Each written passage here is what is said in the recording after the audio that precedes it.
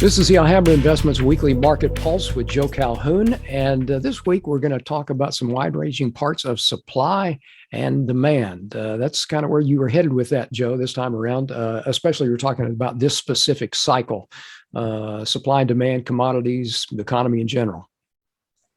Yeah, the title of the piece is "The Cure for High Prices is High Prices." That's an old saying about commodity markets, that the cure for high commodity prices is high commodity prices, because ultimately what happens when prices go up is people buy less, and you also get a new supply, because if it's a miner, copper miner, they bring on more mines, or if it's oil companies, they drill for more oil, or whatever the case may be. So you get a supply response and a demand response. And I think the same thing kind of happens in the overall economy as well for almost everything. Supply and demand.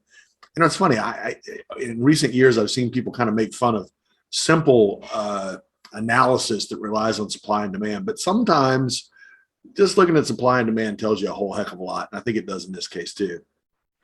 You use the term demand destruction. Define that for me.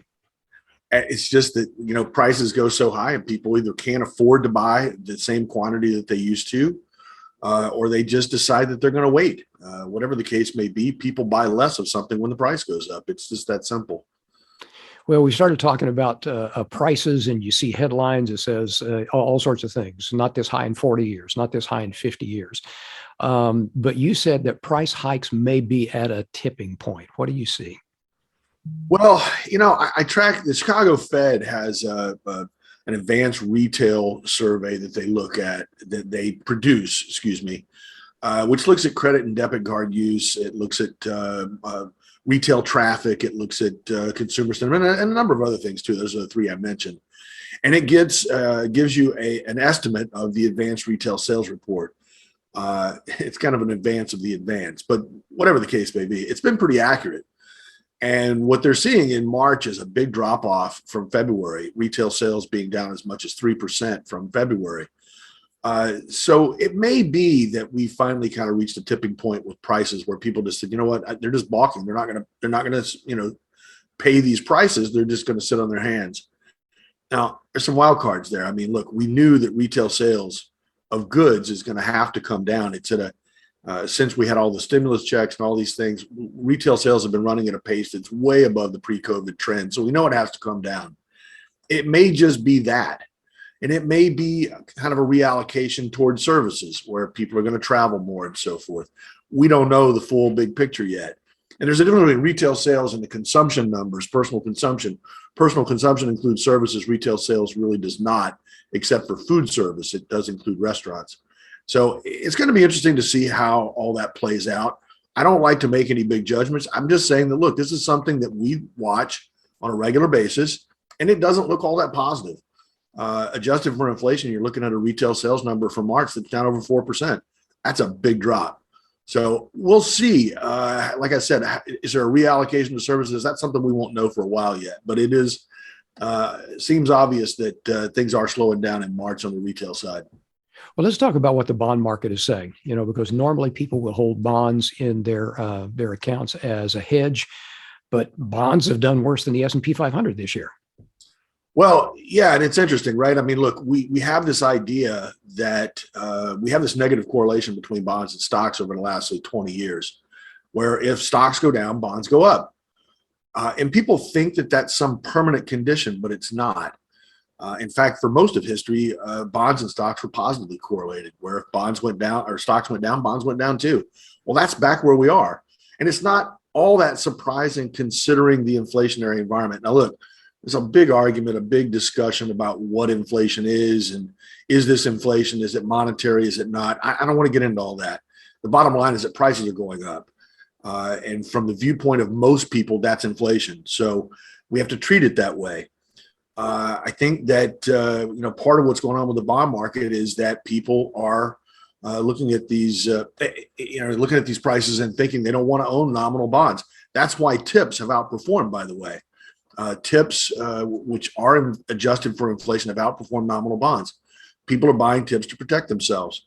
So, we'll see how bonds perform from here. I suspect we are hitting maybe a peak kind of inflation mania here. In fact, we see oil prices down about $8 a barrel today. We're getting hit very hard in the commodity complex today, which is another thing I talked about in the piece. Well, now you also wrote that there are four things that investors could be looking at right now. So let's take them one at a time. Number one, rebalance. Yeah, look, right now, if you have a diversified portfolio like ours, we've owned some commodities and gold. Those things have gone up, bonds have gone down. I think it's, rebalance. Sell some of the commodities, sell some of the gold, buy some bonds, and you might be reallocating a little bit into stocks too. But I don't think that's necessarily a bad thing. The point is that when things get out of balance, when you get away from your strategic allocation by a significant amount, you want to rebalance. Take advantage of these periods where things make these big moves. Commodities in particular are quite volatile, so you might need to rebalance more frequently if you include those in your portfolio. Tactical decisions is something you mentioned. Yeah, tactical decisions is kind of decisions you make about how you fulfill your strategic allocation. So there's a couple of things I think you could look at there. One is just a simple rebalance, like I said, but that's more strategic. But tactical, look, if you get close to recession, if we start to see that we're getting close to recession, right now we've got the 10-year, 7-year curve on the treasuries is inverted. If you get the 10-2 inverted, maybe you want to move towards a more conservative portfolio. So say you're a 30% bond allocation is your normal strategic target. Maybe you go to 40 if you think a recession is imminent. If you thought really, really strongly about that, you might go to 50. I would just caution, as I did in the piece, though, you got to be careful about that because it's tough sometimes to admit that you're wrong and go back. If you go from 30% bonds to 40% bonds and a recession doesn't happen, at some point you're going to have to reverse that. Well, reversing that is a tough thing to do because you've already made this decision. You're going to have to admit that you were wrong and go back. That's sometimes really, really hard to do. So you want to be very, very reluctant to make those types of tactical changes. So you covered tactical decisions and bond allocations all in that one answer. So the other thing is if somebody should look at extending their bond durations. Yeah, that's another possibility. Look, we've had the long end of the curve has rallied a lot as rates have rallied a lot. Rates have gone up. We had 256 this morning on the 10-year.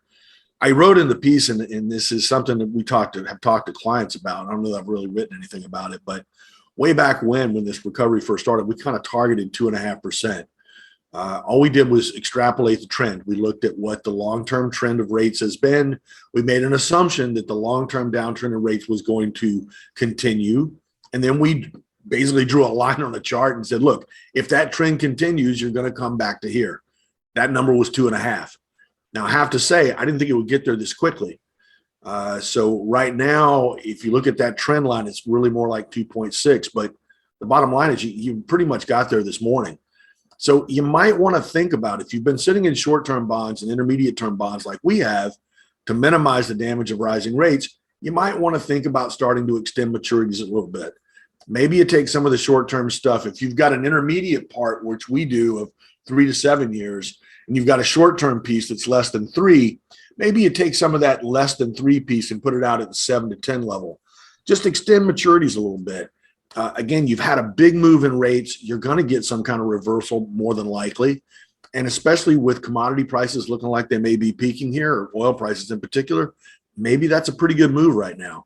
We're not seeing much move today, by the way. The 10 years back down to 246. But on the day, that's not much of a change. It's a change from the high at 256, but not much of a change on the day. We'll see. Technically, you got a lot of work to do on bonds. They have been absolutely killed. And you look at those charts and you look at it and you think, gosh, I don't know how this thing's going to turn around. But, just about the time that you think it can, it will. And so I think that's a possibility. It's something you got to make a decision of for yourself, though. How do you feel about inflation? Is it going to moderate? Are commodity prices going to come down? All those things you need to think about before you make that kind of move.